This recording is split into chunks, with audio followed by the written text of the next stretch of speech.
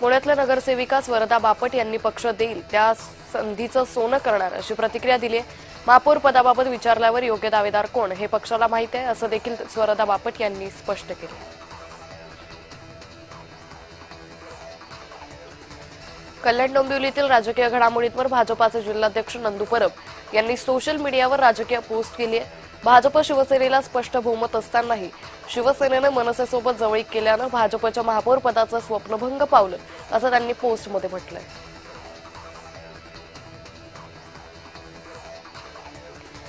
मुंब्र्यातील MIM पक्षाच्या सहर शेख यांनी केलेल्या वक्तव्याच्या निषेधार्थ भाजप नेते किरीट सोमय्या आणि निरंजन डावखरे यांनी वरिष्ठ पोलीस निरीक्षकांची भेट घेतली। मुंब्र्यातील हिंदू बांधवांना संपवण्याचा आणि त्यांना धमकावण्याचा हा केविलवाणा प्रयत्न असल्याचं सोमय्या म्हणाले।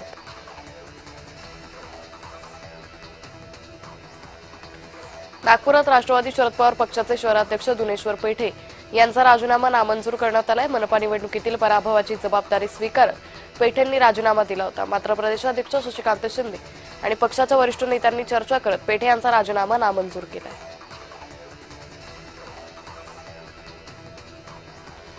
नाशिकमध्ये खुल्या प्रवर्गाचं आरक्षण जाहीर झालंय। आम्ही नाशिकला चांगला चेहरा देऊ असं गिरीश महाजन म्हणालेत। लवकरच महापौर पदाचा निर्णय घेऊ असंही महाजनांनी म्हटलंय। रत्नागिरीत शिंदेंच्या शिवसेनेत मोठी बंडखोरी उफाळून आल्याचं पाहायला मिळतंय। कोकरे जिल्हा परिषद गटात किशोर घाग यांनी बंडखोरी केली आहे। ठाकरेंची साथ सोडली, पण शिंदेंनी तिकीट नाकारल्यानंतर घाग यांनी बंडखोरी केली, त्यामुळे रत्नागिरीत समीकरण बदलण्याची चिन्ह आहेत।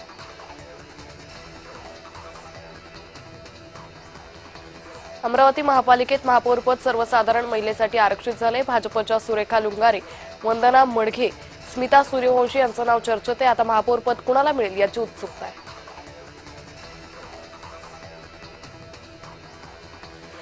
आरक्षण सोडत चुकीच्या पद्धतीनं झालंय असं मला वाटत नाही असं उपमुख्यमंत्री अजित पवारांनी म्हटलंय। मी प्रशासनात 35 वर्ष काम करतोय, अतिशय पारदर्शक काम केलं जातं असंही अजित पवारांनी म्हटलंय।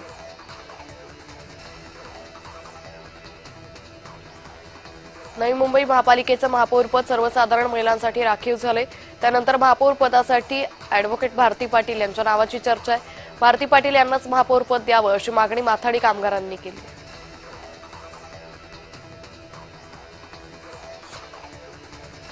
चंद्रपूर महापालिकेमधील वादावर अखेर पडदा पडलाय। चंद्रपुरात 5 वर्ष काँग्रेसचा महापौर बसणार अशी माहिती विजय वडेट्टीवारांनी दिली आहे, तर गटनेता महापौर पदाचा निर्णय काँग्रेस प्रदेशाध्यक्ष हर्षवर्धन सपकाळ घेणार असल्याचे स्पष्ट केले।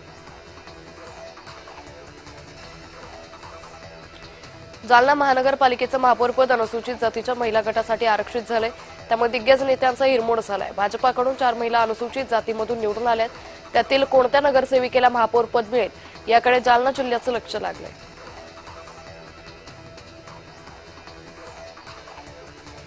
शिवसेना आणि मनसे नेत्यांच्या गाठीभेटी होत असल्यानं चर्चा वाढल्या। खासदार नरेश म्हस्के आणि मनसेचे यशवंत किल्लेदार यांची भेट झाली। भेटीवेळी मनसेचे अन्य नेतेही उपस्थित होते। धुळ्यात महापौर पदाचं आरक्षण जाहीर झाल्यानंतर पालकमंत्री जयकुमार रावल यांनी सूचक वक्तव्य केले। राज्यात देवाभाऊंचं राज्य आल्यानंतर सगळीकडे लाडक्या बहिणींचं राज्य आहे, त्यामुळे महापौरपदी लाडकी बहीणच विराजमान होईल असं वक्तव्य रावल यांनी केलंय। मालेगाव महापालिकेत एमआयएमच्या गटनेतेपदी माजी महापौर अब्दुल मलिक यांची नियुक्ती झाली आहे। प्रदेशाध्यक्ष इम्तियाज जलील यांनी ही माहिती दिली। महापौरपदासाठी इस्लाम पार्टीला पाठिंबा देण्यात सकारात्मक निर्णय घेणार असल्याचंही जलील यांनी म्हटलंय। आम्हाला 2.5 वर्ष महापौरपद द्यावं अशी मागणी करणार असल्याचं आमदार निरंजन डावखरे यांनी म्हटलंय। कुणाचं नाव निश्चित करायचं हे कोअर कमिटी ठरवेल असंही डावखरे म्हणाले। कल्याण डोंबिवली मनपामध्ये मनसे जर आमचा मित्र म्हणून चालणार असेल तर मुंबई महापालिकेमध्ये सुद्धा चालेल असं विधान खासदार नरेश म्हस्केंनी केलंय। मनसे म्हणजे काय एमआयएम नाही असंही म्हस्के म्हणाले।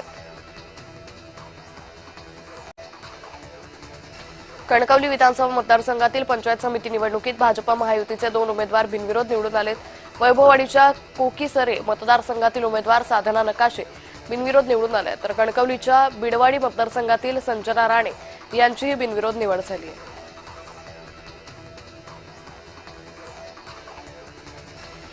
नाशिकमध्ये महापौर पदासाठी नव्या चेहऱ्याला संधी मिळेल असे संकेत भाजप शहराध्यक्ष सुनील केदार यांनी दिले। येत्या 2 दिवसात महापौर पदाचं नाव जाहीर करू अशी माहिती केदार यांनी दिली। ठाण्यात महापौरपद अनुसूचित जातीसाठी जाहीर झाले. सोडत जाहीर झाल्यानंतर भाजप शिवसेनेतील अनुसूचित जातीतील नावं समोर आली आहेत. भाजपात 2 अनुसूचित जातीतील नगरसेवक आहे. शिवसेनेत अनुसूचित जातीतून 7 जण नगरसेवक म्हणून निवडून आले. पुणे महानगरपालिकेसाठी महापौरपद सर्वसाधारण महिला प्रवर्गासाठी जाहीर झाले. त्यामुळे महापौरपदासाठी रंजना टिळेकर, मंजुषा नागपुरे, मानसी देशपांडे, रोहिणी चिमटे यांची नावं चर्चेत आहेत.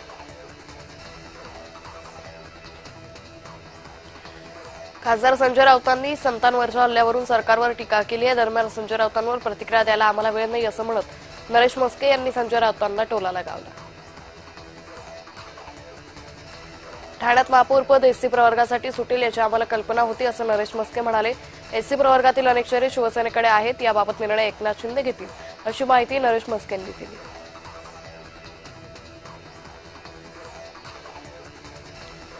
जळगावच्या माजी महापौर भाजपच्या विद्यमान नगरसेविका जयश्री महाजन यांच्या कारचा अपघात झाला. त्यावेळी त्यांचे नगरसेवक पती त्यांच्यासोबत होते. अपघातात पती पत्नी थोडक्यात बचावले. कारचं नुकसान झालं.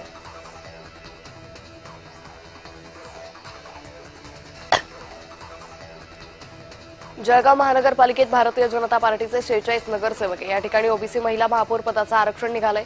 त्यामुळे भाजपच्या दीपमाला काळे, उज्ज्वला बेंडाळे, वैशाली पाटील, सुचिता हाडा यांची नावं महापौर पदासाठी चर्चेत आहे.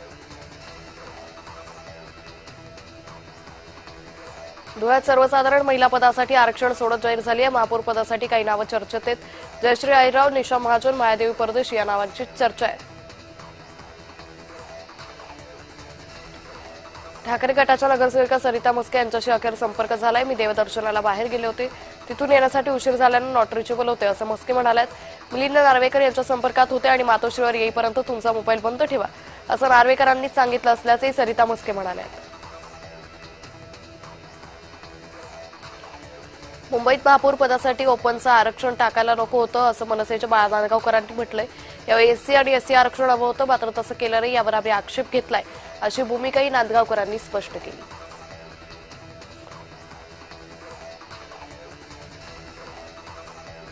श्रीकांत शिंदेंच्या कल्याण लोकसभा मतदारसंघातून जास्त नगरसेवक निवडून आलेत. त्यामुळे महापौर पदाची संधी दिवा शहराला मिळण्याची चर्चा स्थानिक पातळीवर सुरू आहे. दिव्यात अनुसूचित जाती प्रवर्गातून दीपक जाधव हे एकमेव नगरसेवक असल्यानं त्यांचं नाव आघाडीवर आहे. सांगली, मिरज आणि कुपवाड शहर महानगरपालिकेचा महापौर सर्वसाधारण खुल्या प्रवर्गातून होणार आहे. त्यामुळे भाजपकडून धीरज सूर्यवंशी, निरंजन आवटी, स्वाती शेते, रोहिणी पाटील आणि जगन्नाथ ठोकळे यांची नावं प्रबळ दावेदार म्हणून चर्चेत आहेत.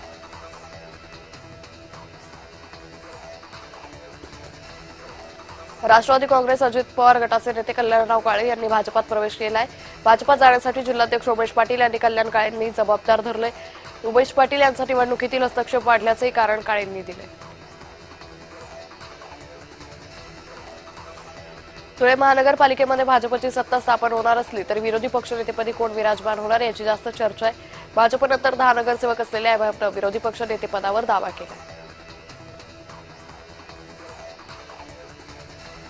कल्याण डोंबिवली महापालिकेचं आरक्षण अनुसूचित जमाती प्रवर्गासाठी जाहीर झालंय. शिवसेनेकडून किरण मांगले यांच्या नावाची महापौर पदासाठी चर्चा आहे. कल्याणचे शहर प्रमुख पाटील यांनीही त्यांचं नाव वरिष्ठांकडे पाठवलं असल्याची माहिती आहे.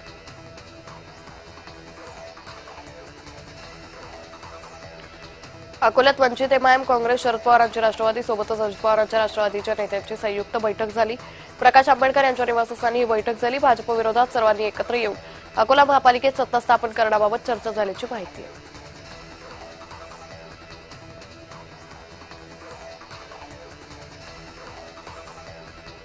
आरक्षण सोडतीवर होत असलेल्या टीकेवर आशिष शेलार यांनी प्रतिक्रिया दिली. आरक्षण सोडत हा प्रक्रियेचा भाग असतो. ही सोडत कायद्यानुसार झाल्याचं शेलार म्हणाले. मुंबईकरांच्या आशीर्वादानं महायुतीचा महापौर बसेल असंही ते म्हणाले.